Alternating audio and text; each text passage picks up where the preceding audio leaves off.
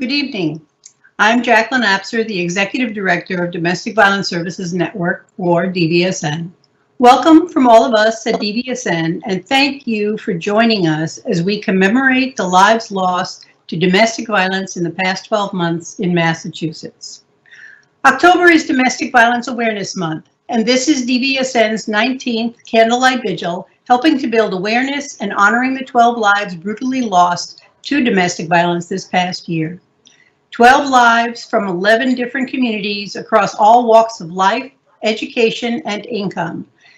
This is our most cherished event, and even though we cannot share in the camaraderie and connection we typically would have in a venue together, we've worked hard to bring you a more personal experience in your own homes and offices.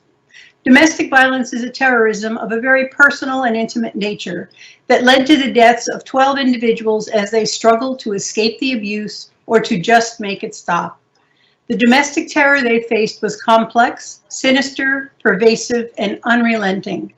Not surprisingly, COVID has ramped up the terror of individuals and families living with the abuse. Basic needs like food, housing, and a steady income have been seriously eroded, further amplifying the terror and isolation.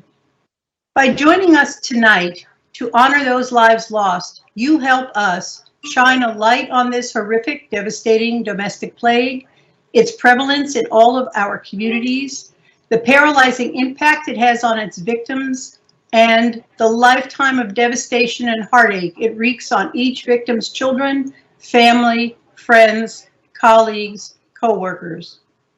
The 12 stories tonight will be read by our representatives from our advocates, our board, our police partners, and our community colleagues who stand with us this evening and with you to witness and honor these lives lost. Following these stories, we will have our keynote speaker help answer the important question of how you can help. Now, please join us in witnessing, honoring, and commemorating these 12 lives. On October 18, 2019, Jason Swedberg was found suffering from stab wounds to his torso and later succumbed to his injuries. Jason's mother called 911 and was trying to perform CPR on her son while on the phone with 911. His girlfriend of over 3 years, Jennifer Algarin, 32, was arrested on charges of assault and battery with a dangerous weapon, which were later charged to murder. In past years, Algren has faced charges of domestic assault and battery and had been placed on probation for 1 year. She was again arrested in May of 2019, but those charges were dropped. Algren was arraigned in November, pleaded not guilty, and was later indicted for murder. Jason was born in Worcester and grew up playing youth hockey, swapping between forward and goalie. He graduated from St. Peter Marian High School, where he played football. He attended Worcester Industrial Technical Institute and was a jack of all trades. Jason loved to draw freehand, was an avid fan of music, and enjoyed cooking. His family and friends described him as having a heart of gold and could always be counted on to help anyone who needed a hand. Jason is survived by his mother, a brother, a sister, and several members of a large, loving, extended family.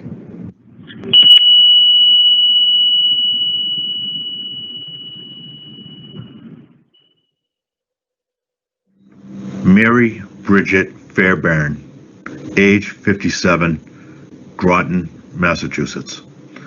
On October 19, 2019, Mary Bridget Fairbairn was found dead inside her home after her husband, Gregory Fairbairn, 62, called the police to report that she was unresponsive.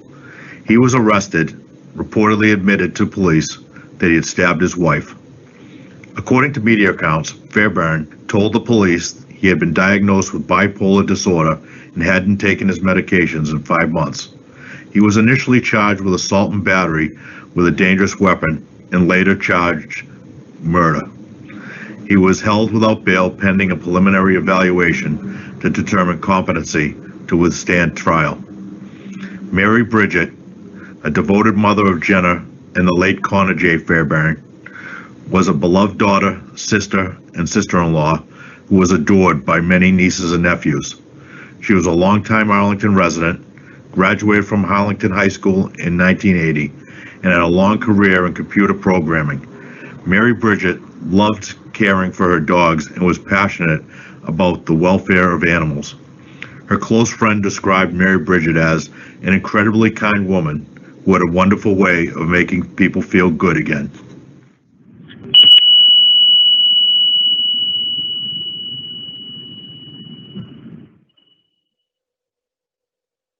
Jamie Kilo Latanya Madry Amons, age 27, Framingham, Massachusetts. On October 21, 2019, Jamie Madry Amons was discovered riddled with stab wounds in her home, murdered allegedly at the hands of her boyfriend. Police arrived after receiving a request for a wellness check from Jamie's mother. Jamie's boyfriend of 7 months, Christopher McCoy, 25, was charged with murder and assault and battery with a dangerous weapon after being arrested for trying to remove a GPS monitoring device he was wearing from a separate case in Suffolk County. Her family described Jamie as tiny but fearless and feisty with a luminous smile, someone who always tried to bring everyone together and leave the pettiness behind. Jamie was studying criminal justice at Mass Bay Community College in Framingham and had just enrolled in a program to become an emergency medical technician. She also worked at the Brandon School in Natick. Her brother said she loved to help people. It was her motivation to help people that kept her in the relationship with McCoy, her brother said. She died because she was trying to help him. She recently decided to end the relationship. He knew she was going to break up with him, and that's why he did it, her brother added. Her family is urging others to reach out if they are going through something similar and asking people to reach out to any loved ones they are worried about. When you think you love someone and they're hurting you, that is not love.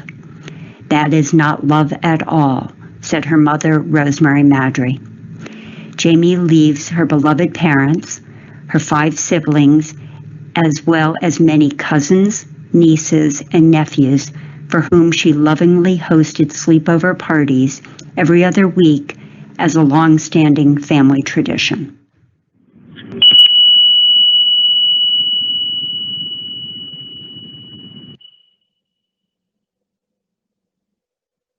Shanika Rolden, age 34, Springfield, Massachusetts. On November 3rd, 2019, Shanika Rolden was shot to death by Anthony Petito, age 51. The pair was embroiled in a debate over paternity. Petito accused Shanika of infecting him with a sexually transmitted disease and of lying about his being the biological father of 2 of her children. Shanika told witnesses her children's father had been hunting her all night. According to witnesses, Petito chased her through city streets and alleyways before fatally shooting her in the face. Petito was arrested in his apartment and charged with murder, carrying a firearm without a license, and discharging a firearm within 500 feet of a dwelling, among other offenses. He was held without bail. Shanika was born in Holyoke, Massachusetts, and was predeceased by her mother, Wanda Acosta. Shanika was loved by her family and leaves her sons, 3 brothers, a sister, her father, a dear aunt, and many friends to cherish her memory.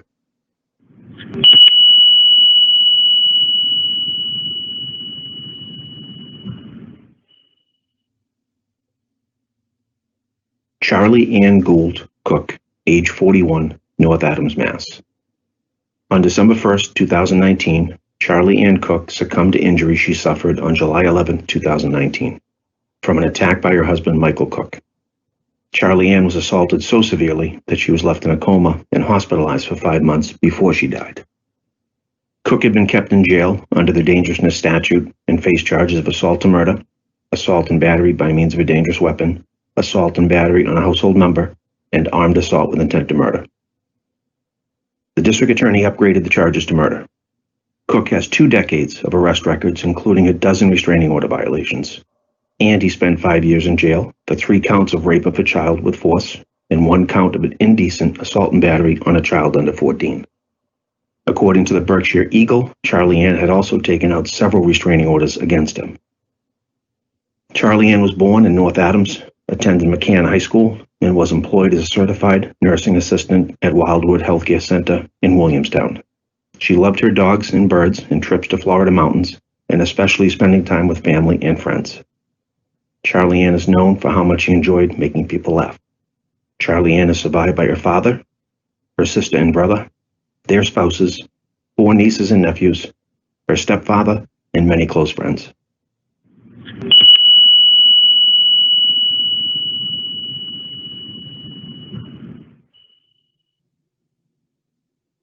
On December 13th, 2019, Carlo Rodriguez was shot to death by Luis Santos, 23, of Hudson.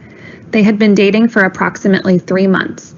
It was reported that after an argument and driving through a nearby neighborhood, Santos shot Rodriguez while she was in her car. Santos turned himself in and is facing murder charges. Carla was pregnant. Carla's mother told police she learned of Carla's pregnancy just 2 weeks prior to the murder, and that the couple's relationship started to deteriorate after finding out they were going to have a baby. Shortly before the murder, Carla was texting with her mother, stating that Santos was angry with her, tried to hit her, and said he was going to kill her. A graduate of Keefe Technical School, class of 2017, Carla was attending Mass Bay Community College. Carla liked to go shopping and watch movies with her cousin, who said, "That was my sister. Nothing can bring her back. She was full of life and a beautiful soul." A close friend from school remembered Carla coming to school every day with a smile on her face and always happy. The friend had the pleasure of sharing some classes with Carla, as well as many conversations, laughs, jokes, and practices. Carla, thank you for all the memories. You will forever be in my heart. In addition to her parents, Carla is survived by her 20-month-old son, her brother and sister, many aunts, uncles, and cousins, and several close friends. Her family is now taking care of her son.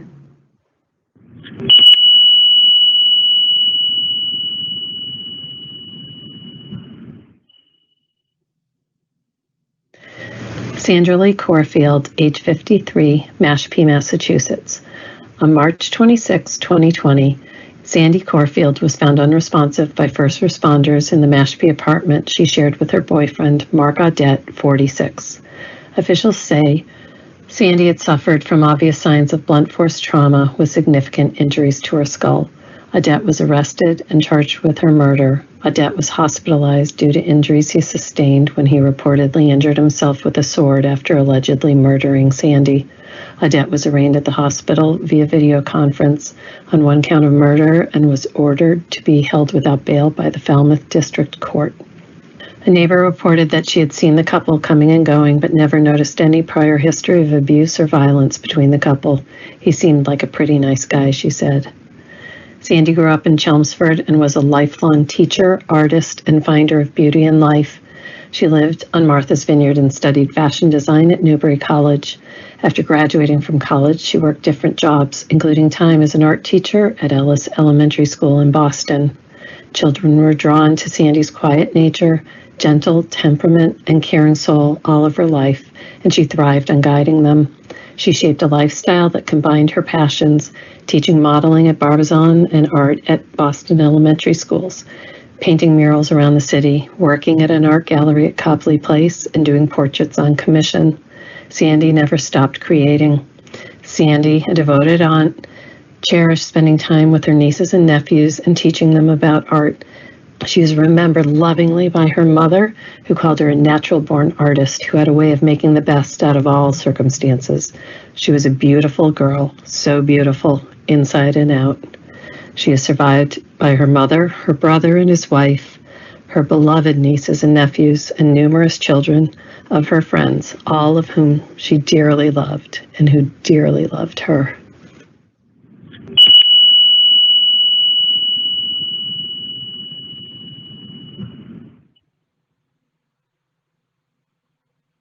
Martiette Du Bois, age 57, Wareham, Mass.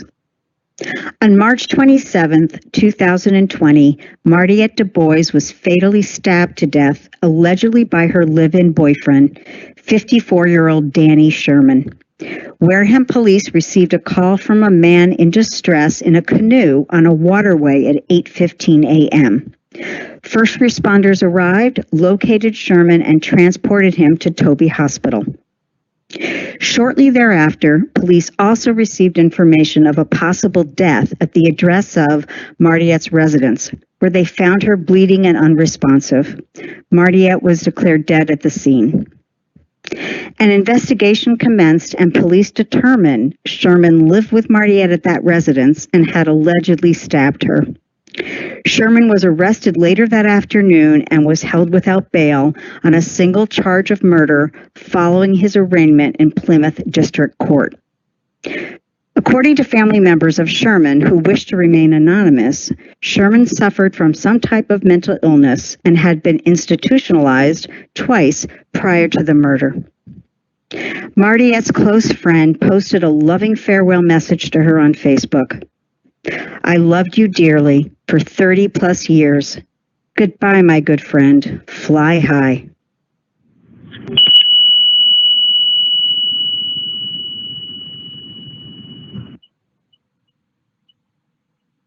Kathleen Katie Mary McLean, age 45, Dover, Massachusetts. On May 16, 2020, Katie McLean was strangled to death by her husband, Ingolf Turk, age 58, in their home in Dover. Katie's friends immediately contacted authorities after receiving a suspicious text from Turk stating, "Sorry, brother, but she is a vindictive devil. She played us all." At their home, police found Turk unresponsive, with cuts on his body. He confessed to police that after an argument broke out, he reacted by striking Katie with a glass object, strangling her, carrying her dead body to the car, driving to a pond nearby, weighing her body down with rocks, and dumping her in the water. Turk led the police to the pond where he had left the body. He was charged with murder and held without bail. Family and friends described Turk as angry and controlling, and said that problems had increased since Turk, a renowned urologist and former East German Olympian, was fired from the Steward Medical Group last year and faced charges around false billings. He was once known as a pioneering physician at the top of his field. In February, Katie told police he repeatedly abused her during their months-long marriage. He was already facing charges of strangling, suffocating, and cutting her with scissors. She had a restraining order against Turk, but then had it vacated earlier in May. They committed to couples counseling as well as individual therapy. Katie, a Belmont native, was a teacher and master of Reiki. She graduated from Belmont High School and studied occupational therapy at Mount Ida College. She loved her days teaching at Plymouth Nursery School and being called Miss Kate by the adoring children. But her true gift to the world was as a Reiki master, teacher, and healer who helped people nourish mind, body, and soul. Her family and friends described Katie as having an energy and light that drew people to her with her bright blue eyes, fiery red hair, and beautiful smile. Katie leaves her 3 loving children, her dear parents, brother, sister, their spouses, and her beloved niece and 6 nephews who were devoted to their Auntie Katie.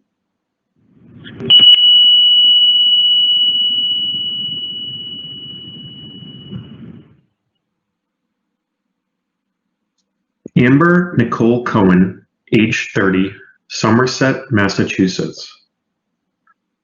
On June 27, 2020, Amber Nicole Cohen of Somerset was shot to death by her estranged husband, Joshua Pereira, 31. A family member of Amber Nicole's called 911 when she discovered both bodies in their home early on a Saturday morning. Police arrived at the house to find the two dead of apparent gunshot wounds. A gun was underneath Pereira in what the district attorney's office described as an apparent murder-suicide. Officials said Pereira had recently moved out of the home after the couple had separated, but had driven back to the residence sometime before 8 a.m. No one else is believed to have been in the home during the shooting besides the pair. Friends and family are still trying to come to grips with the tragedy as family members of both Amber Nicole and Pereira are devastated. Amber Nicole, a Fall River native, was employed by the Massachusetts Department of Correction as a correctional program officer. As much as she loved her job, she loved the people that she worked with even more. Spending time with family, friends, and her two pet dogs was what Amber enjoyed the most. Amber Nicole was described by many as always a sweet person with a great personality, a beautiful, loving, and caring person. Amber Nicole is survived by a large, loving, extended family, her two best friends, and many cherished coworkers and friends.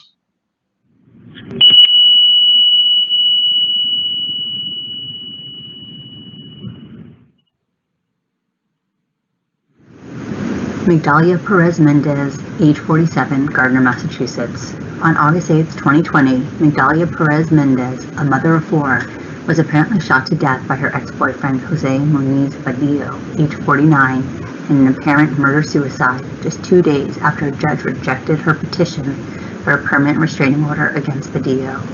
Neighbors reported hearing an argument before the shooting. Police were called and found the couple dead of gunshot wounds outside her apartment in the hallway. After allegedly shooting Magdalea, Vadillo shot himself. In July, the day Magdalea moved out of their shared home, Vadillo exploded in rage and proceeded to break all the stuff left in the apartment. Vadillo told Magdalea that he could do something to me, and I'm scared of my life. A judge granted Magdalea an emergency restraining order against Vadillo after concluding there was a substantial likelihood of immediate danger of abuse. A few days later, Magdalea returned to court via an audio conference to ask a different judge to change the temporary restraining order to a permanent one, telling the judge that she feared for her life and that Vadillo had threatened to do something to her. The judge found her explanation insufficient and rejected her request. Magdalea was born and raised in Puerto Rico, graduated high school there, and earned her associate degree in nursing. She has been employed by the Seaboard Folding Box Company, Incorporated in Westminster as a packer for several years.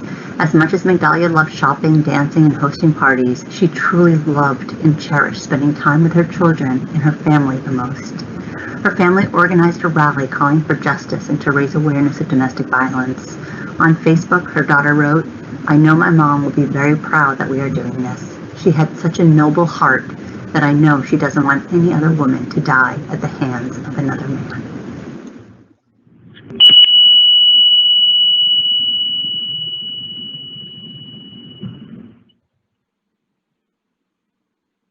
Megan McNeil, age 27, Worcester, Massachusetts. On August 21, 2020, Megan McNeil was shot by her 25-year-old boyfriend, Trey Mahone, who then turned the gun on himself. Worcester police declared Mahone dead at the scene. Megan was rushed to the hospital in critical condition and succumbed to her injuries a few days later. Mahone had a history of being accused of violence against women. At least 3 other women had taken out restraining orders against him.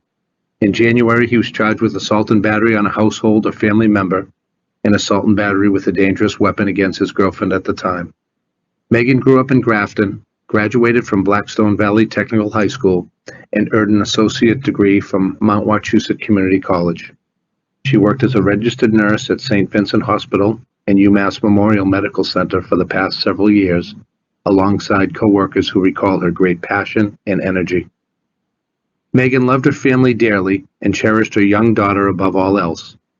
Along with family and friends, Megan relished the soothing peace of nature and very much enjoyed camping and days at the beach. Those close to her knew that, to Megan, nursing was more than a job. It was her calling.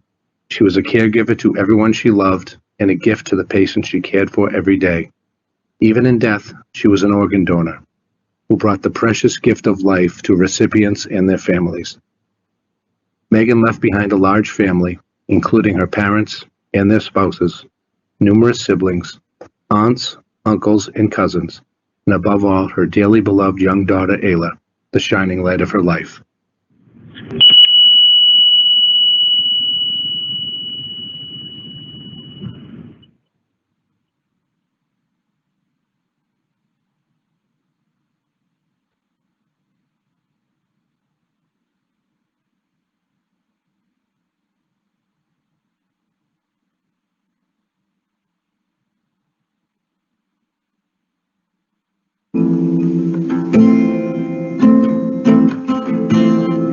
Count how many nights we hold a candle in our hands, lay the lilies on the pavement, tremble where we stand. Are they all the same? Never any rhyme or reason. Feels like we're going insane. Never know if it'll be the day. If it'll be the day. Walking down the street, praying on our knees, getting on a train, dancing cares away. What can we do? What can we do to be the peace in the situation, to be the love that conquers all? Reach out to someone who needs saving, gather the courage to stand tall for another, for another.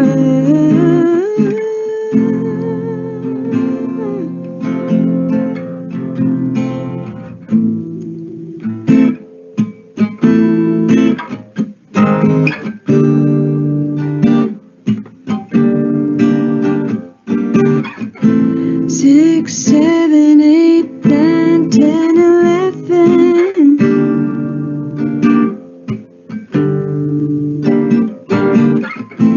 Every day, every hour, every second.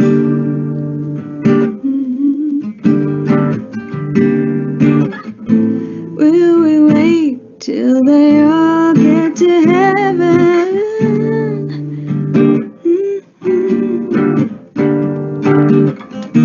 Will we wait till they all get to heaven?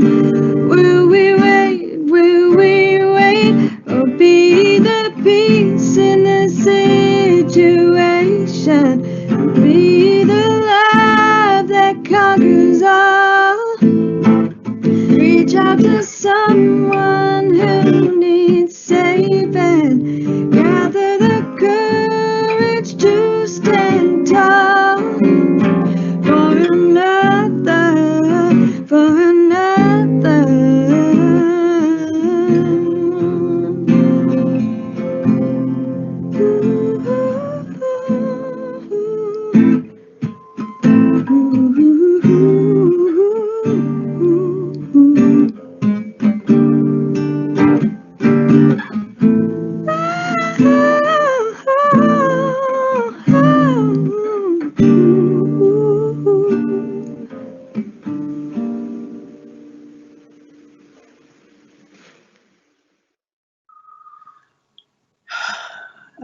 Thank you for being witness to these stories. and commemorating the lives of these victims along with us. As DVSN works to build awareness of domestic violence, as people become more aware and begin to realize that a friend, a family member, or a loved one could be in an abusive relationship, they come to us to ask, what can they do to help? The answer is simple. Can you listen without judgment? Can you listen without blame? Can you listen without trying to fix it for them? And the most helpful response of all is to first start by believing. Tonight, our keynote speaker is Dan Murphy, who along with his co-author John Bois, both investigative reporters for ESPN, wrote Start by Believing about the institutions and individuals who enabled Larry Nassar to brutally abuse young female gymnasts for decades until someone believed. Dan Murphy and John Bois were honored with the Peabody Award and the IRE Sports Investigations Award for their coverage of the Larry Nassar scandal. Dan is a graduate of the University of Notre Dame and Northwestern University's Medill School of Journalism. During Dan's presentations, you can write in questions in the Q&A section on the right side of your screen. Christine Francis, our board vice president, will monitor the questions and read them aloud for all of us to hear, and for Dan to answer at the close of his remarks. And now, please welcome Dan Murphy. Jackie, thank you for the introduction. That was a wonderful tribute and a great video, a tough one to watch, but I think one of the things I've learned in the past few years of reporting is how important it can be to have a community willing to help share the burden of pain that's left for those that have to deal with what's left behind in stories like that. Obviously also an essential part of learning to try to prevent them in the future. I want to start by saying that I'm honored to be a part of an event that's directed at hearing those stories and taking care of those stories. Luckily, I've not been personally impacted by abuse or an abusive relationship. I don't know what it's like to be a first responder who shows up at the scene of a crime like that and has to start restoring order. I don't know what it's like to be someone who dedicates their life as an advocate to working in the trenches every day to fighting these kind of battles that can so often be discouraging. So why am I here then talking to you? As Jackie mentioned, I've spent a good chunk of the last 4 years of my life learning about these issues and watching them unfold in front of me in several high-profile abuse cases in the sports world. So I think what I want to do tonight is take some time to share some thoughts about the things I've learned along the way as what I consider myself to be sort of a relative outsider to this world of abuse prevention that so many of you do such great work in. In the winter of 2017, along with John Bois, my colleague, I started covering the beginnings of a court case for Larry Nassar. And as many of you may know, he was the former Olympic doctor for the women's gymnastics team and a doctor at Michigan State University who sexually abused his patients and other young women for decades. And for the first year that John and I were covering this story, we had a lot of conversations with each other where we wondered why more people weren't paying attention. Why weren't they realizing this for the massive problem that it was? Why weren't they bearing witness, as Jackie said, to these stories, these important stories? That changed in a very big way in January of 2018. Larry Nassar had already been sentenced to effectively life in prison at that point, but we were all gathered at a courthouse in Lansing, Michigan that day for a sentencing hearing for his state crimes, where a judge was going to decide how much longer he'd stay in state prison.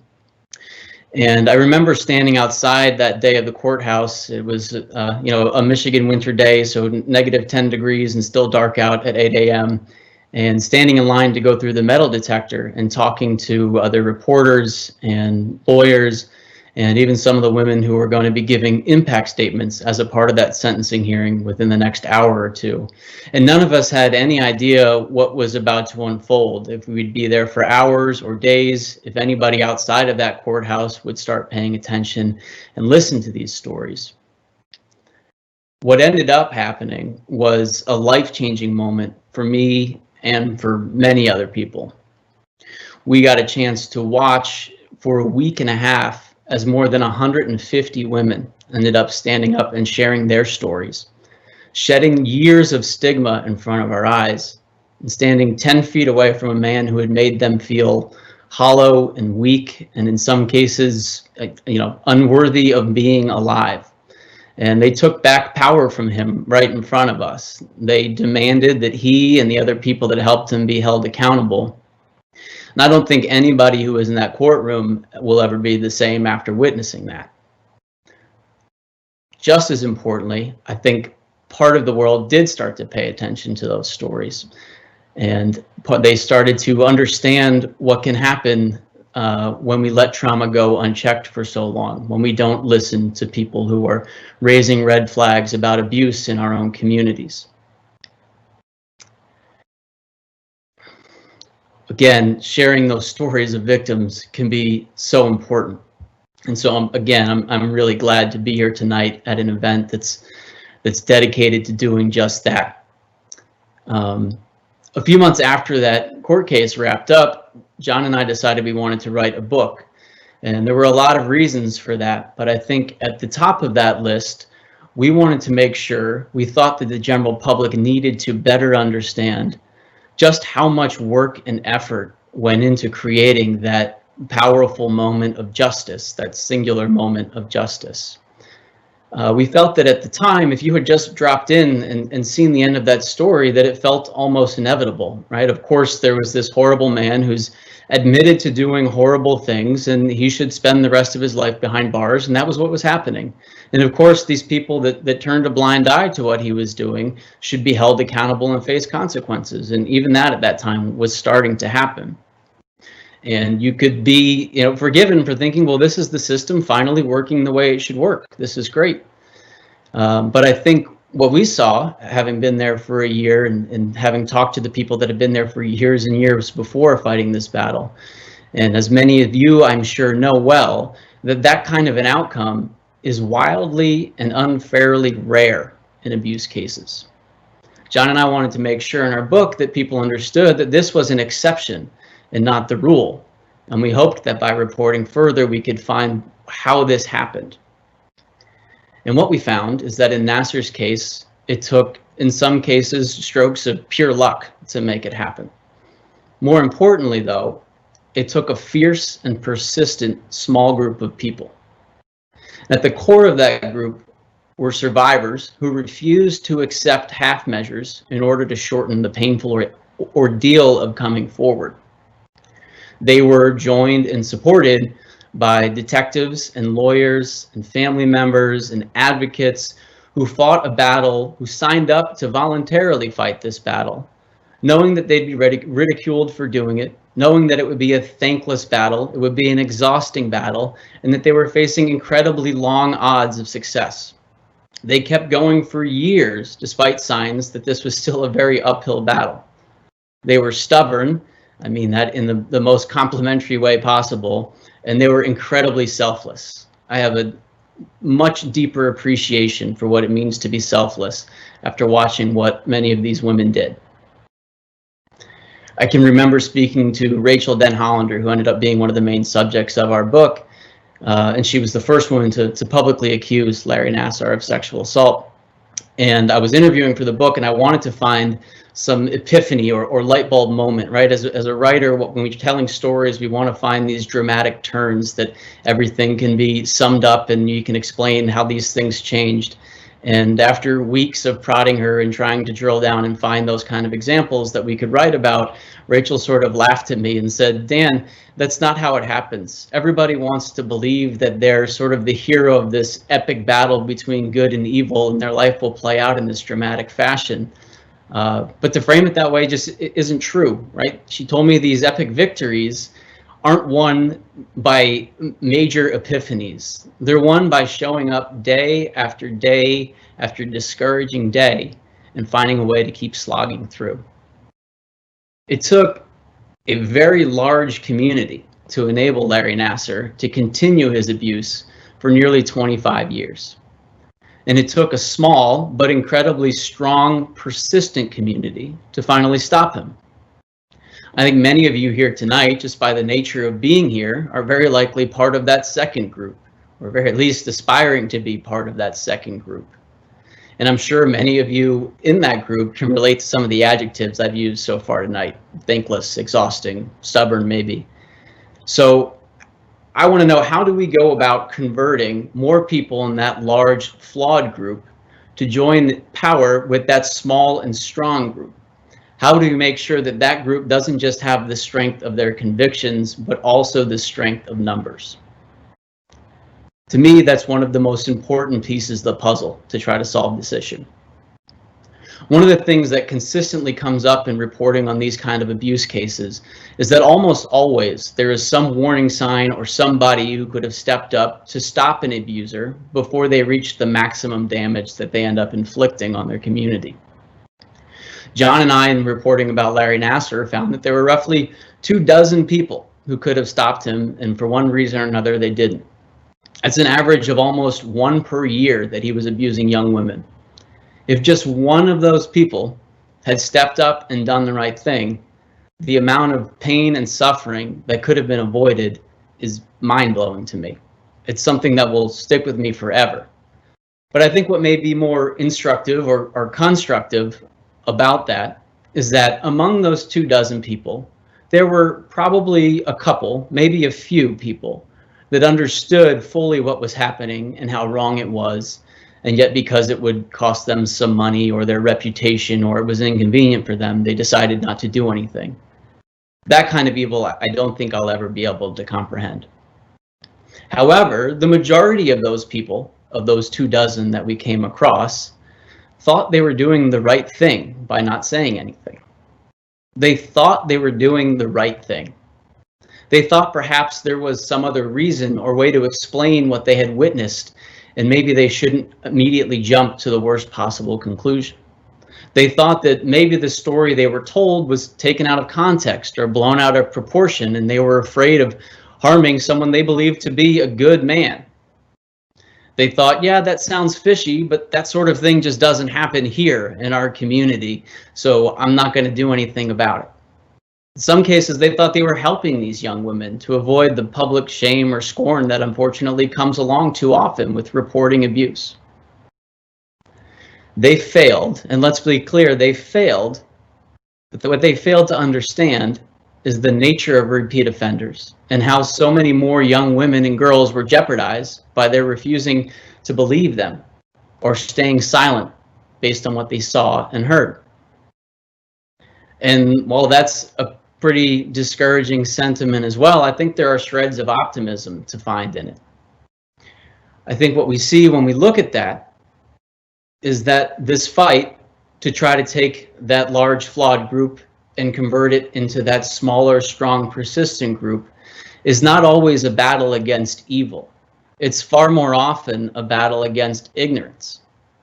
And luckily, we have tools to fight ignorance. We have the weapons to do that. So many of you folks here in the DVSN do a great job of fighting that through education and awareness on a daily basis.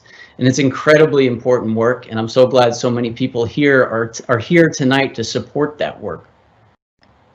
I realize I'm probably preaching to the choir a little bit here, and I'm also making this sound a lot more simple and easy than it actually is. Many of you will know far better than I do about the long days of work that can often be discouraging, the nights of tossing and turning because this is not work you leave at the office, about hopeless conversations or a lack of gratitude, slammed doors and false starts and empty bank accounts and these absolutely heartbreaking stories of injustice that just become the norm of what you see on a daily basis. What I want to propose tonight, though, is that all of that is worth it. I have not put in the thankless, exhausting hours the same way that many of you have. But what I can bring to the table is I'm lucky enough to have experienced the rare opportunity of what happens when all of this comes together, all of that hard work comes together in the right way. I've seen people battling and it feels like Sisyphus pushing a boulder up a hill, or to use another big boulder analogy, slamming the proverbial hammer against a rock that isn't showing any cracks after you hit it again and again and again.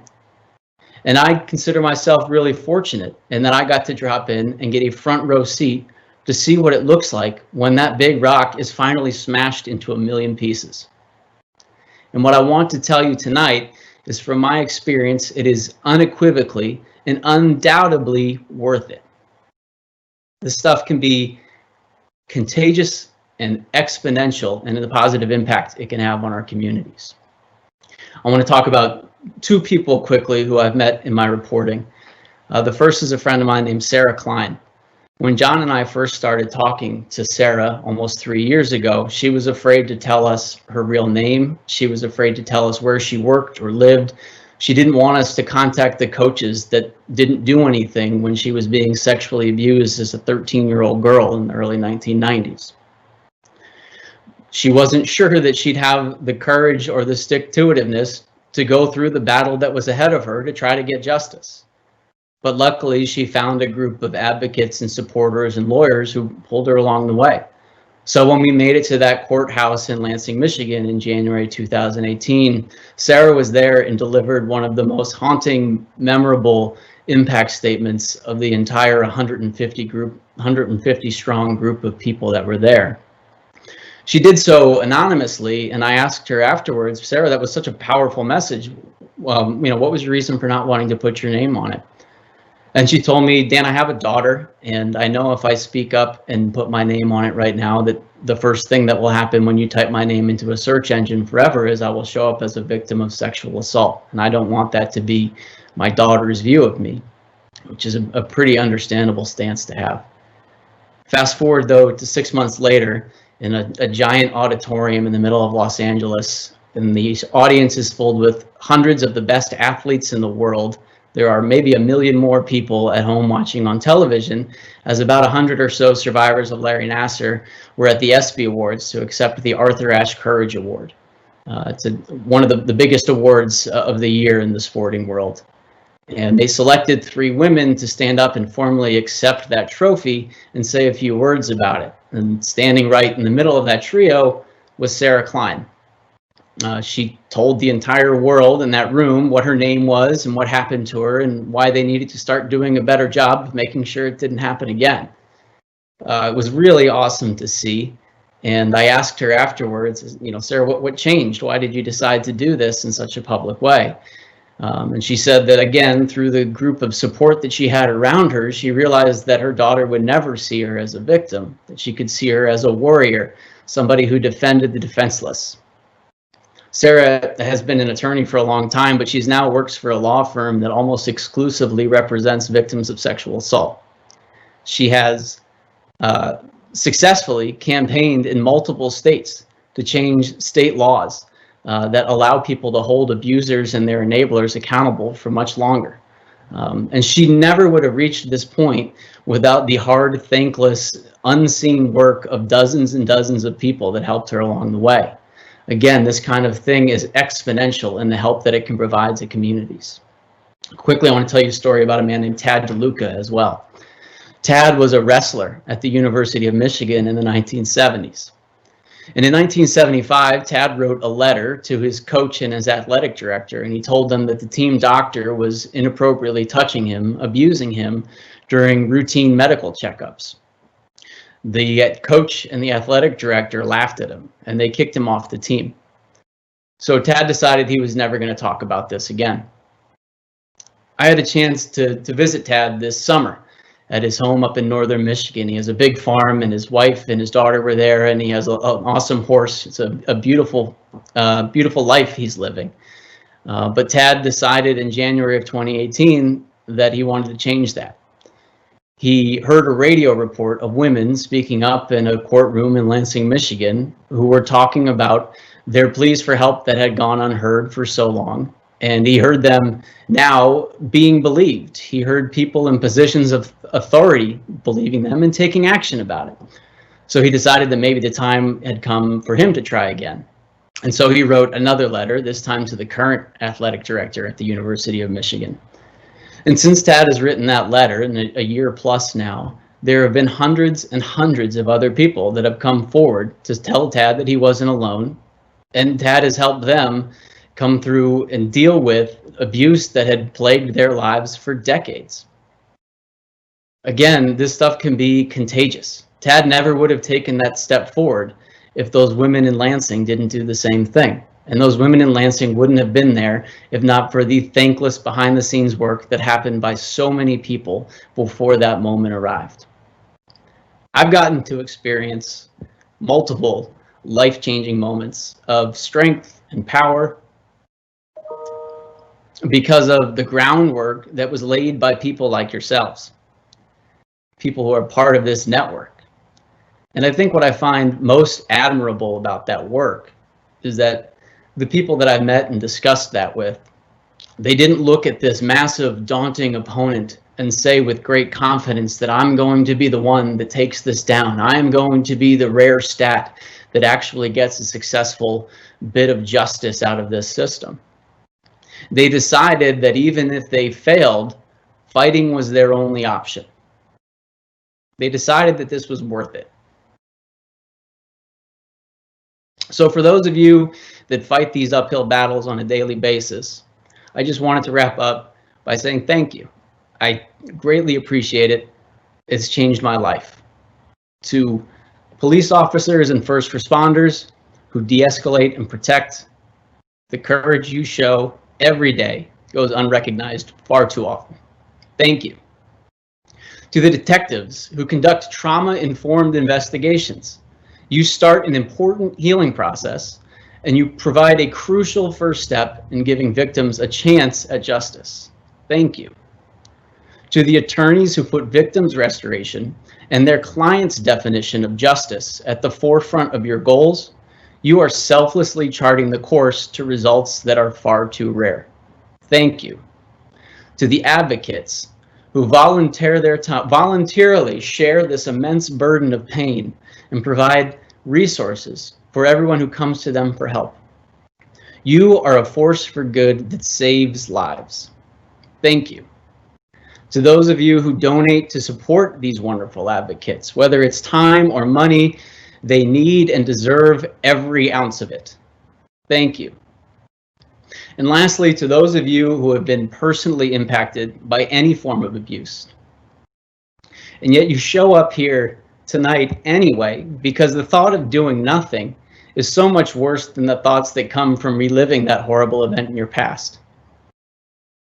You are unthinkably brave, and in my experience, you will be the driving force that makes the world change the way they handle these issues for the better. Thank you, thank you, thank you. That's all for me. I think we have a few questions. I have all the time in the world to discuss this and take any questions you want or hear any comments. Happy to hang out. But again, thanks for having me tonight. It's a terrific honor to be able to speak with you and share some of my experience. Thank you very much, Dan. That was quite a powerful story. There are some questions in the question box, and I would encourage other people to put questions in. The first question, Dan, is about your book. Your book, Start by Believing, is very powerful and devastating to read, but such an important story to tell. How have things changed with campus sports programs and with campus police department training since the story of Nassar became public? Yeah, that's a great question. Things have changed. I don't think they've changed enough. I think there's a long way to go. When I first started doing some of this reporting, I reached out to folks who do this stuff on a daily basis. I ended up talking to some of the folks at RAIN who do a lot of work with sexual abuse prevention. And what they told me was every time one of these big stories hits, whether it's the Penn State Jerry Sandusky scandal or the Nassar scandal or the Catholic Church, that the general public seems to take a big step forward in understanding the impacts of abuse and trauma. And I think that happened again in this case. And we see that come down in that people, you know, we talked a lot. I talked a little bit earlier about the ignorance that's an obstacle more so than evil, right? That people just need to understand what to do here better. And I think we do see universities and campuses understanding better, one, how to prevent this, but I think more of the growth that I've witnessed in covering a few of these stories is universities and leaders are getting better at understanding how to respond when these accusations come up. I think one thing I learned in covering the Nassar story is you can do just as much damage and cause just as much trauma by not responding properly to a report of abuse as you can as the abuse itself in some cases. And I think that we have taken a step forward on a lot of campuses throughout the country in responding better when these accusations or these stories are told. So that's a big step forward, and I think probably the most significant one I've seen. Thank you. Another question is, do you have any thoughts on why athletes tend to not come forward? Is there a stigma around being, quote, tough?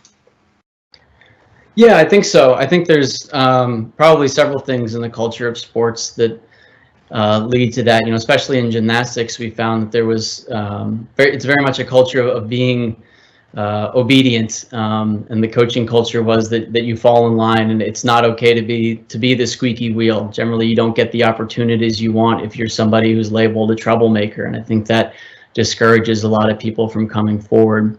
One of the things we see a lot in these cases as well is that, at least in the sexual abuse sense, people don't necessarily always realize right away that they're being abused, especially if it's by a doctor. And they are afraid to come forward afterward because they don't want to make any of these complaints that might tear apart a team. So yeah, I think there's definitely an element of wanting to be, gritted, and this is just part of the pain of what I have to go through, and maybe I don't quite fully understand what's happening, but this is just part of what I have to go through to achieve my goals. And I also do think there's a part of it that you don't want to be somebody who's upsetting the apple cart in the sports world. And hopefully that's changing as more and more of these stories come to light. So given that, Dan, how did these women initially find the courage, knowing that they were going against a powerful man and powerful institutions, given all those parameters that you just described? How did they find that courage? Yeah, that's a great question, and I really don't know. I think it was years and years of processing it. The first two women who came forward in 2016, Rachel, who I mentioned earlier, and another woman named Jamie Dancher, who was an Olympic medalist in 2000. And both of them are incredibly, incredibly tough women and really strong and smart women. And I think both of them decided that they couldn't wait any longer. They had to do something. And I think they find that courage not because they want justice for themselves, but as I said, it's a selfless thing, right? They do this because they eventually want to protect others, whether it's their own children or people in their lives that they see that could be in jeopardy in the same way. And again, I find that as admirable as anything, as I've been able to see in these past 3 years, is that none of these people that come forward do it for themselves. And one of the things in covering high profile cases like this is you often, the first retort you hear is, oh, they're just after notoriety or money or something like that. And after seeing the pain that somebody goes through in reporting abuse and how difficult it can be for them, I don't see any other way you could come forward if it wasn't for a cause that's bigger than yourself. So I think once they get to that point where they decide that they need to be part of a cause that's bigger than themselves, it can be a great help. And obviously having support from people behind them as part of doing that is a big part of being able to come forward and take that first step. Great. The next question has to do with parents and teachers and talking with children. So a few parts to this question. How do parents and teachers talk with children about how to stay safe without frightening them too much? Did the gymnast talk with you about how they could have been better prepared to understand what was happening to them and how and when to speak up?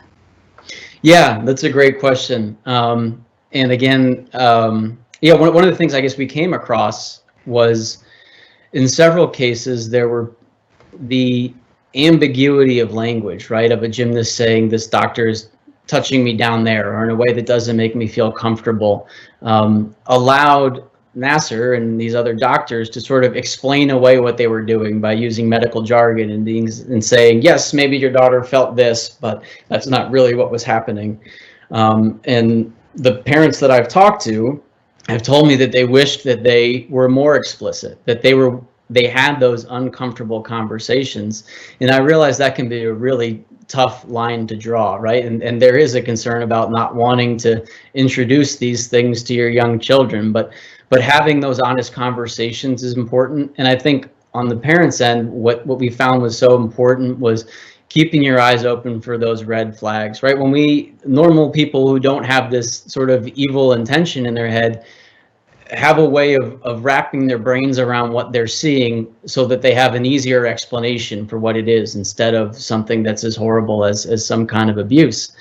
And so I think starting by taking seriously the complaints you hear or something that your child might say, it doesn't mean that you have to go all in it immediately assuming that it's the worst case scenario, but you have to remain open to that option and hear them through and not quickly move to a more comfortable area for what you think might be happening. I think that's a good way to at least start making sure that as these little warning signs start to come up that can be really easy to miss if you're not looking for them, taking them seriously is probably the best thing you can do in a case like that. Great. I think the next question is basically around that same topic, and I think you answered it in terms of any interaction with the families of the victims, and if so, how did they wish they had handled it differently? So if there's anything else you wanted to add about that? Yeah, so first of all, just I'm not an expert on this stuff. There are people that are therapists that are far better equipped to tell you the best way to have these kind of conversations with children or how parents and children should be interacting. So please seek out those resources because that's the best way to do this, right? So I want to make sure that that's clear. And I guess the other thing I'd want to make sure that is clear about the conversations that I had with parents of victims was that those parents in many ways were victimized too, right? A lot of these abusers become masters at manipulating and grooming not just their victims, but the people around their victims, right? He built this terrific reputation for himself as an unassailable doctor who was going to help their young girls achieve their dreams. And he weaponized that for many years against parents. So, I spoke to many heartbroken parents that years later, broke down, and those were some of the toughest interviews that John and I did in reporting the book, was talking to parents who feel like they had failed their child. And it's important to remember that those parents were victimized by this too. And while there are things to learn from this and do better to make sure you're not in that same situation, I want to make sure that we're not blaming them for what happened. Thank you. The last question, do you think your book has made an impact? I don't know that my book alone has made an impact in any way. I'd like to think it did in some way, right? We wrote it in hopes that some people might learn from it. And, we've gotten some good feedback from people that we care about, whether it's within, USA Gymnastics or some of the survivors themselves that we spoke to that read it and maybe took something away from it, was just really rewarding. I will say that, we were two of many journalists who spent a long time covering this case, and the case was first broke open by a group at the Indianapolis Star who, had they not done the reporting that they did, Larry Nassar may very well still be seeing patients today. In many of the other cases that we've done, it's local newspapers and local journalists who start picking at these things and expose them. And I do think that one, obviously, that's really important work. Holding people in power accountable is the whole point of journalism, and I think that as a group that in our industry can do that and has done that, but can continue to do that better. And I think also one of the things that I learned along the way is using the right language in describing these kind of events and making sure that I don't do more damage in my reporting than harm, and learning how to speak to victims, how to interview survivors, how to do that kind of thing was an incredibly important part of the process. And I hope that part, those personal interactions, had some kind of an impact as well. Thank you, Dan. Thank you for sharing your insights. Thank you for sharing the story about the book, and also thank you for making the connections and giving us some hope moving forward. I'd like to turn it over to Jacqueline now. There is a question for Jacqueline in terms of COVID-19.